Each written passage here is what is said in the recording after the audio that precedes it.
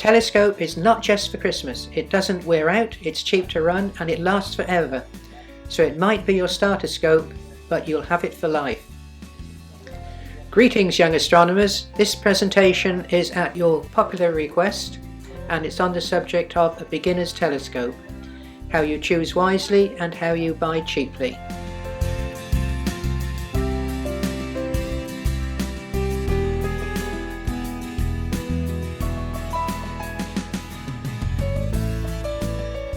Now we're going to start at the bottom end, and this might look like a toy, but it's anything but. I shall turn it around to face the camera. This is £100. This is a 4-inch reflector made by a company called Skywatcher. It's sold in very large numbers, and you see it here on a tripod, but it's actually a tabletop. And it's ideal for the casual user. Easy to set up, light, manageable. It can be used at parties. You can put it on a table on a summer's night and use it. And it will also go on a tripod.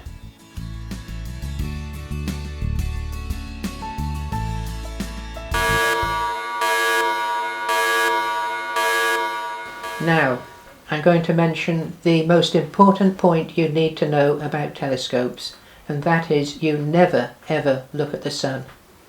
You'll notice on this one there is a little label on it. Don't look at the sun. If you look at the sun, you are blind within a fraction of a second. You just don't do it. We will be stressing all the way through this presentation on every single telescope that you don't look at the sun. Apart from that, everything is to be enjoyed.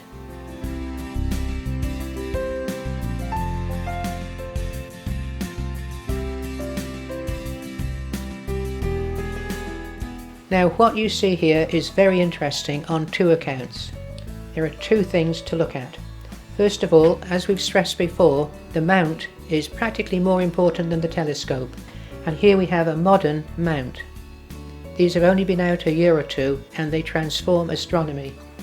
This is actually driven by your iPhone or an iPad. Watch the scope. And we have a database in here of probably 2,000 objects in the sky, and you just program it in and the mount will follow it. We've used this mount on this occasion to go to a fairly small refractor telescope of very high quality. As a starter, you might want a cheaper one than this, superb for astrophotography. You've seen many of the pictures of Graham Moore's skies above York, and a scope of this type will produce those pictures. What it's sitting on is a modern mount. This technology is quite extraordinary. This tiny little mount, and you see another one here, will take a telescope of 5 kilograms in weight, and it's capable of positioning the telescope to look at 2,000 different objects in the sky. I think this is something you would really want to consider, because when you're starting off in astronomy and you want something that's potentially serious, this has got everything.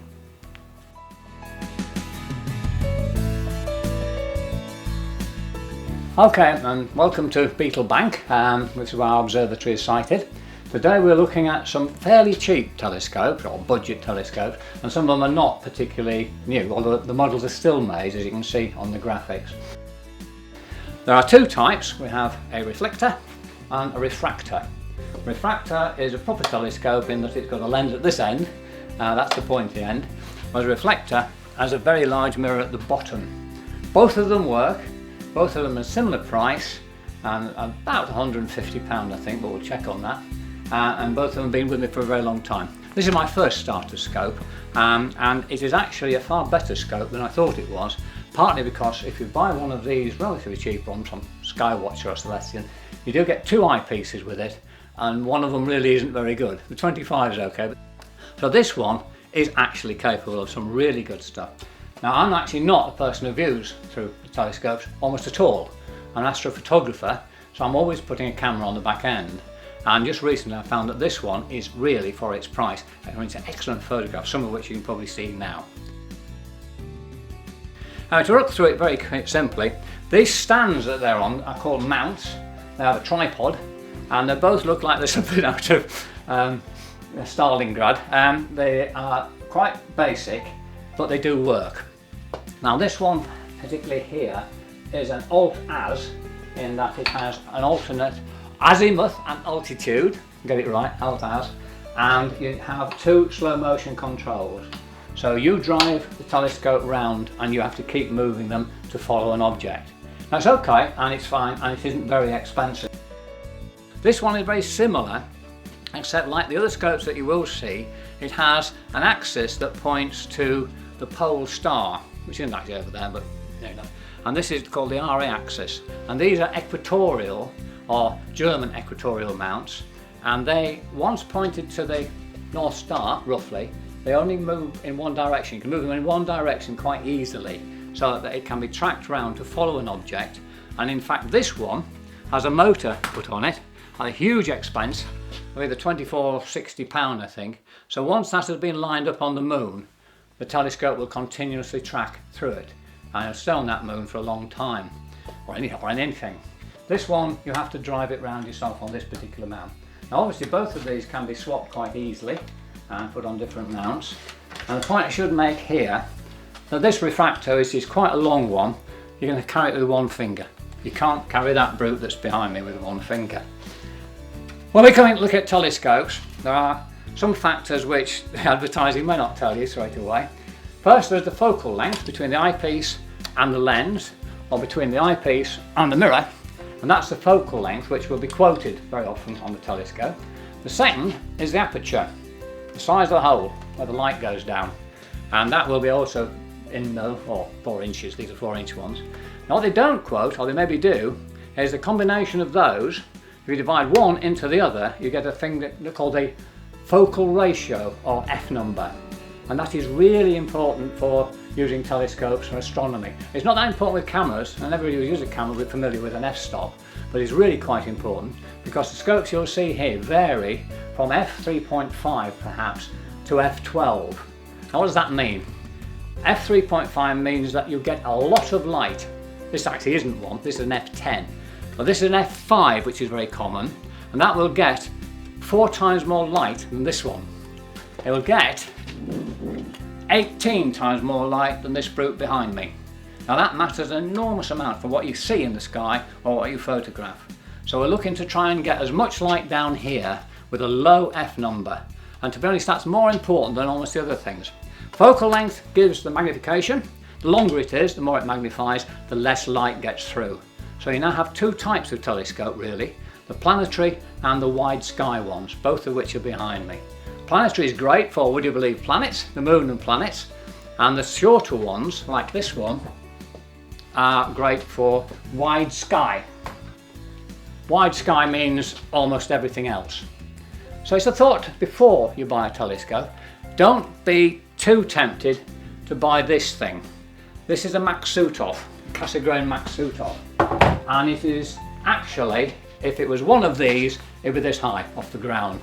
It's 1800 focal length. Because the light comes in, goes down, goes back up and goes down again. They are great for the moon and planets.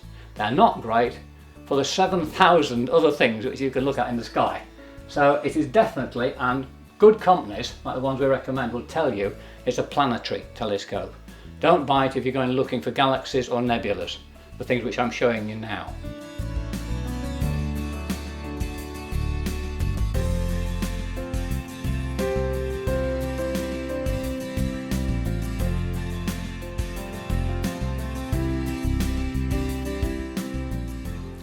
We thought we ought to tell you about short tube telescopes, particularly short tube refractors, because they are usually relatively cheap and they are much more successful at grabbing great areas of the sky.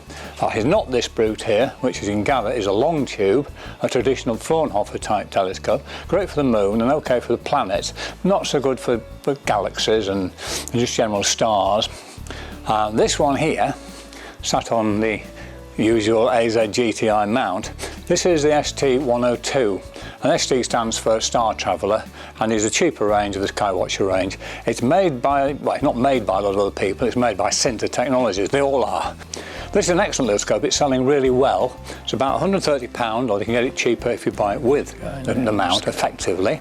And of course it works on the mount extremely well. This mount has been converted to equatorial, so it can actually track a little bit more accurately for astrophotography. Just for viewing, doesn't matter. Either stand will work. But it is very, very good telescope. It is selling very well. And I've actually had some real luck with this compared to all my other scopes, because it's one of the cheaper ones. It's a wider picture. And for something like this, the Rosette Nebula, you need a very wide picture. It's very faint, but it's very wide. And because this is f4.9, and that little bit matters, it grabs more light than any of my other telescopes. And this one we felt we ought to put in because it is a very small telescope. It's about £90 at the moment, I believe, and it is the ST80, similar to the other one but a smaller version. So it's an 80mm or 3-inch.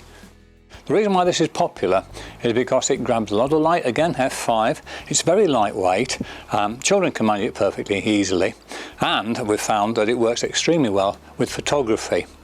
Because it is so light, it can sit on an ordinary, rather cheap tripod, and also, a lot of my students bought it for this reason, it's great for wildlife. It's small enough to actually hold by hand, well, a bit wobbly perhaps, because the old telescopes, well, astro telescopes invert and the camera inverts again, it's the right way up. So you can actually look through it and see the image the right way up and treat it just like a telephoto lens. I've used it for other things as well, shooting churches, would you believe, and also once for a pantomime. I was a long way at the back, so I've used this scope to get a good shot of the pantomime without being in the middle of the audience. Excellent scope, the ST80. You won't find many second hand because when people get them, they keep them.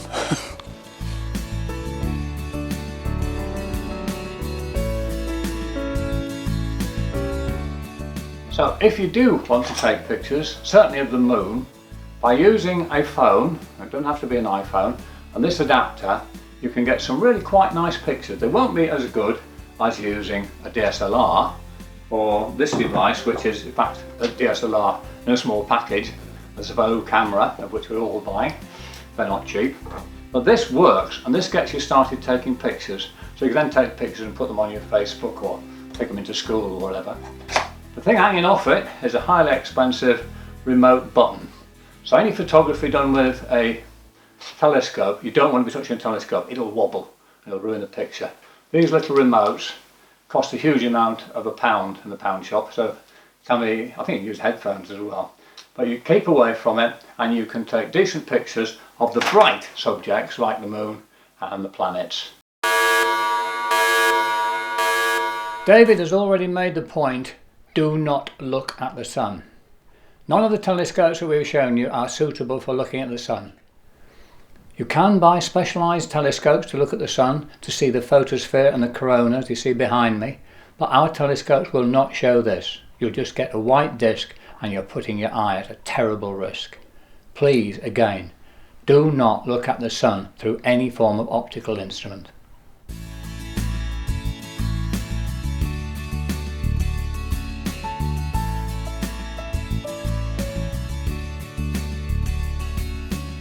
So here we have two reflecting telescopes. They're bigger than the telescopes that we've seen so far. So if I start looking at this reflecting telescope, the construction of a reflecting telescope is quite simple. There is a mirror that is down the bottom end of the telescope. The light comes in and it reflects light up to a mirror here which has got a 45-degree angle, and that will come out of here through the eyepiece. Looking through the eyepiece to find an object will be almost impossible, and that's why we need this, which is a finder scope. The finder scope's got a much wider field of view, and it's got some crosshairs in the telescope. So you find the object that you're looking for in here, you put it in the centre of the crosshairs, and then that object will appear through the eyepiece. So the telescope is made up of two important bits. So you've got the top bit, which you can think of as the telescope itself. We've got the bottom bit, which is the mount. The mount is as equally important as the telescope. To get a good view of the night sky, you need this to be as stable as possible. A telescope on something like this, which is a heavy sturdy mount, will give you a steady image. The mount itself has got a telescope in it, so how to align an equatorial mount is the telescope down here, you will find the North Star and see it through the telescope down here. Once that's aligned properly, any object that you find in the night sky, when you set a motor going, it will track that object so that it will remain in the eyepiece. These mounts take some practice to be able to use properly, and so probably are not the best starter telescope. To get these working properly, you have to line it up perfectly north, and then you will need extra equipment like drives and a battery to keep the alignment in place. One additional thing that you can have, this more expensive and complex mount has a database held on this handset which will be able to select an astronomical object, and the telescope will automatically go and point to that. As you can see, this handset is not as intuitive or easy to use as an iPad. So the iPads that you saw earlier on the smaller mounts are much more user friendly and more ready for beginners. A solidly constructed mount like this is particularly heavy. The telescope itself is a reasonable weight, but you also need to have the same weight on the mount itself so you can keep the telescope balanced. The way that you can tell a telescope is nicely set up and working is you should be able to look through the eyepiece and wiggle the tripod a little bit and it will come back to a stable image almost straight away. But that does mean that you've got a heavy piece of equipment, and of course you're going to have somewhere to store this, particularly if you get too interested and you buy a few of these. The magnification is made up of two things. One, the focal length of the telescope, and two, the diameter of the eyepiece. So for example, this eyepiece has got a width of 20 millimeters. This telescope has got a focal length of 750 millimeters, which means that your magnification will be about 37.5. If you increased the width of the eyepiece, then you will get a lower magnification. If you reduce the eyepiece width, then you will get a higher magnification. It's common that a store-bought one will say something like, this will do 500 times magnification, but they're going to use lots of tricks to get it up to 500, and what you're going to lose is light. So the magnification might be very high, but you'll be very disappointed with the dim image. It's also worth thinking that you don't want everything to be totally magnified through your telescope. There are some things that look better at a reduced magnification. Open clusters, for example, or even looking at the moon, are much better when looking through a lower magnification. The higher magnifications will be used for something like planets, where you'll be able to see more detail. So what is the benefit of moving up to something that's bigger? So this is a 200mm aperture telescope, where this is a 150. Both of them are f5. Both of them got similar magnification. So if this is a 1000mm telescope, focal length. If you put 25 in there, then your magnification is 40. It's not really so much different from the smaller telescope. So what's the benefit? Because the bigger telescopes are more money, a lot more money, and all the money is because of the size of the mirror, and mirrors are expensive. What you do get is better detail. So the bigger the telescope, the bigger the mirror, the better the detail that you will see in the object. This is good for the moon, this is good for planets, where you can pick up more detail on the planet than you could with a smaller telescope like this, even though the magnification would be similar. So the advantage of the reflecting telescope is that it's quite a simple construction, where you've got the single mirror at the bottom and the mirror, the 45-degree mirror up here. There's not so much that you can go wrong, but one thing that can go wrong is this alignment of the two mirrors can become slightly out, and they need to be realigned, and that's called collimation. And we do that by putting a laser through the eyepiece, which will reflect down off the mirror and back out again, and we can align that up pretty easily. That needs doing reasonably often, particularly if you move your scope out a bit. If you're just taking it out into the garden and using it, it won't be doing that so often. But if you're taking your scope to star parties, which we do quite often at Yaz, then we need to collimate it each time that we use it.